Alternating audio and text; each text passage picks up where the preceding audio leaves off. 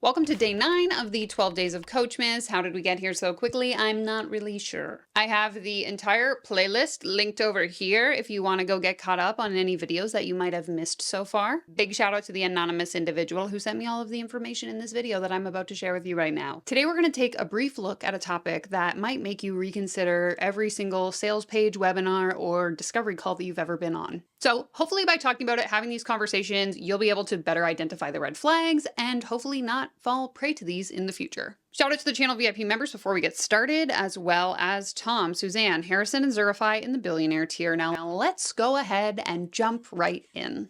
Okay, so in the initial email from my source, she's indicating here that upon completing one of her online certifications, she was introduced to this book over here. I'll pop it on the screen, called Influence by Dr. Robert Cialdini. Now, this is a book that explains the psychology behind why people say yes. And further, it teaches you how to apply these principles as either the buyer or the seller. So to be clear, I have not read this book. This is not a review of the book. I am simply going to briefly outline the 6 principles that are discussed in that book and how I believe that they very well may have been twisted by the coaching industry. And perhaps I'll even pop some examples up on the screen here so that you know what I'm talking about. So today we are specifically going to be looking at reciprocity, commitment and consistency, social proof, authority, liking, and scarcity. So let's start with reciprocity. So as I'm sure you well know, this is the idea that if someone gives us something, we feel obligated or compelled to give them something in return. In relation to the coaching industry, this could be things like free discovery calls, downloadable resources, or free trainings that make us feel indebted to whoever is giving them to us. Often coaches will frame these things as a favor that they're doing for us. I'm particularly thinking of the example of like a free coaching call, where if you attend that call and you actually have a takeaway that felt helpful, you might be more inclined to say yes to their paid offer if they use that opportunity to pitch it to you. And I say that thinking that you'd probably feel more obligated to pay for it, again, if it was helpful than you would have if they hadn't have given you the free call in the first place. And while as a business owner myself, I understand freebies, I understand lead magnets, and I don't think there's anything necessarily wrong with those things in order to generate leads in your business. I merely just encourage those of you to be watching to be mindful of anyone who wants to make their offers seem more valuable than they actually are. Next up, we have commitment and consistency.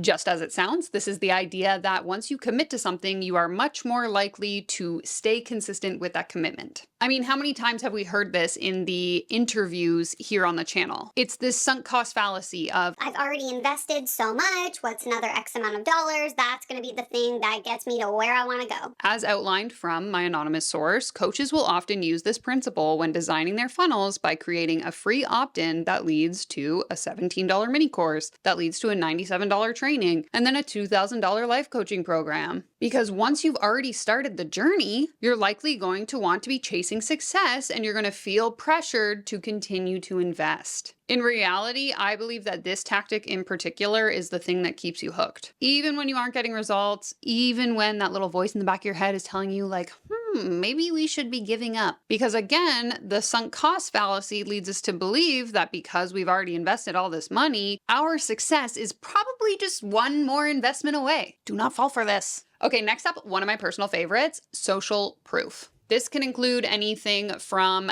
testimonials to outrageous income claims to some kind of sketchy certification from who knows what school. Maybe it's like a featured in XYZ and so on and so on and so on. Now, to be clear, I don't think there's anything inherently wrong, particularly with sharing testimonials or sharing places that you've been featured. I think that both of those things can be a great way to enhance your credibility as a business owner or the credibility of whatever it is that you're selling. That's literally why reviews of products exist. But I think in the context of coaching and the coaching industry, how these things get used is where the issue lies. You see, part of human nature is to just trust what other people are doing. And so I think some coaches take full advantage of this. Because one thing I do know is that context matters. And as we've seen time and time again, especially if you've been here on this channel for a long time, many times, testimonials are cherry-picked, reused over and over again, or just downright misleading. And a lot of these certifications that people have are more often nothing other than some glorified online course created by some random person. You can go ahead and watch this video over here for more information on that. So all that to say, if you're ever looking at someone's offer and you're considering buying, simply just ask yourself,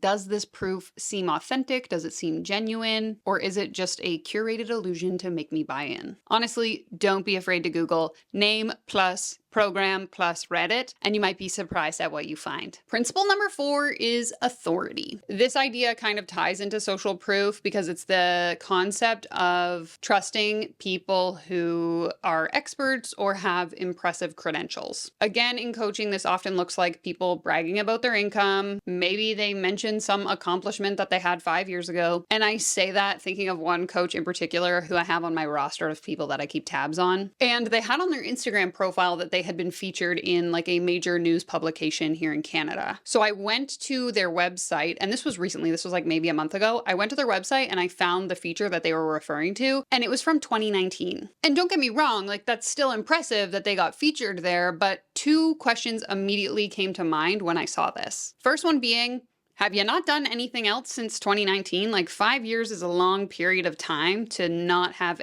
done or been featured anywhere else, especially if you're like an authoritative expert. Second of all, is this thing that you were featured for even still relevant to your business? Because I don't know about you, but if I think back to my business in 2019, that feels like an entirely different lifetime ago. But I'm using this as an example because I think that often the assumption is that the prospects, the clients that these people are trying to sell to, will often just take whatever they're presenting at face value. So they might see, you know, Sally was featured in news outlet XYZ. That's pretty cool. They're not really going to take the time to do the research and see if what they're saying is actually true or still relevant. Anyways, I say all this just to encourage you to not be swayed by what I would call surface level authority. And if you're going to be giving someone your money, just take the extra 5 seconds to dive a little deeper and see if their experience is actually relevant to what you're looking for. Next up, we have liking, which from what I understand is basically the same concept as like relatability. So again, in the words of the viewer who sent me this info, she said, relatable marketing is someone trying to make themselves sound like they are just like their audience, even if they are way beyond where their audience is. I mean, I was taught this tactic by both my first and second coach personally. This concept of you only need to be 2 steps ahead of whoever you're trying to help and market from where you used to be 6 months ago. I mean, how many sob story rags to riches about me pages have we read on live stream here on this channel? All trying to build that same sense of relatability. Not to mention a lot of the coaches that treat their clients like their best friends or give them constant shout outs on social media as a means of, in my opinion, trying to create this like false sense of connection. Like look at this screenshot from the email from my first coach ever that I hired, Exhibit A. Well, on the surface, it might seem genuine. Just remember, more often than not, the goal is to build rapport so that when they sell to you, you're already emotionally invested. I mean, you wouldn't betray a friend by saying no to them, would you?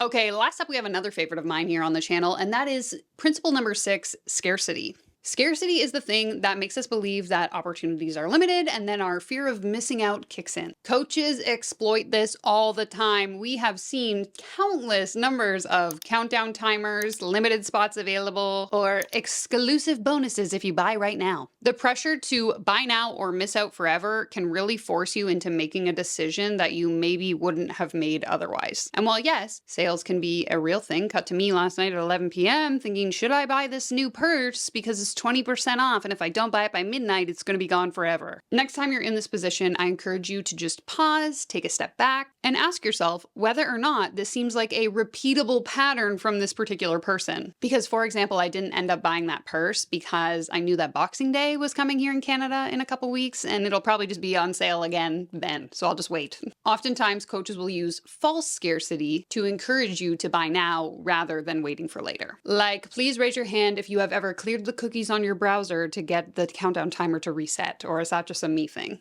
Anyway, stay safe out there, my friends. Just remember that you don't owe anyone a yes just because they have cleverly influenced you to say so. Thank you again to the individual who sent this content my way. I truly appreciate you. Take care, comb your hair. I'll be sure to leave you on screen here with the rest of the Coachmas playlist, and I will see you again tomorrow. Bye!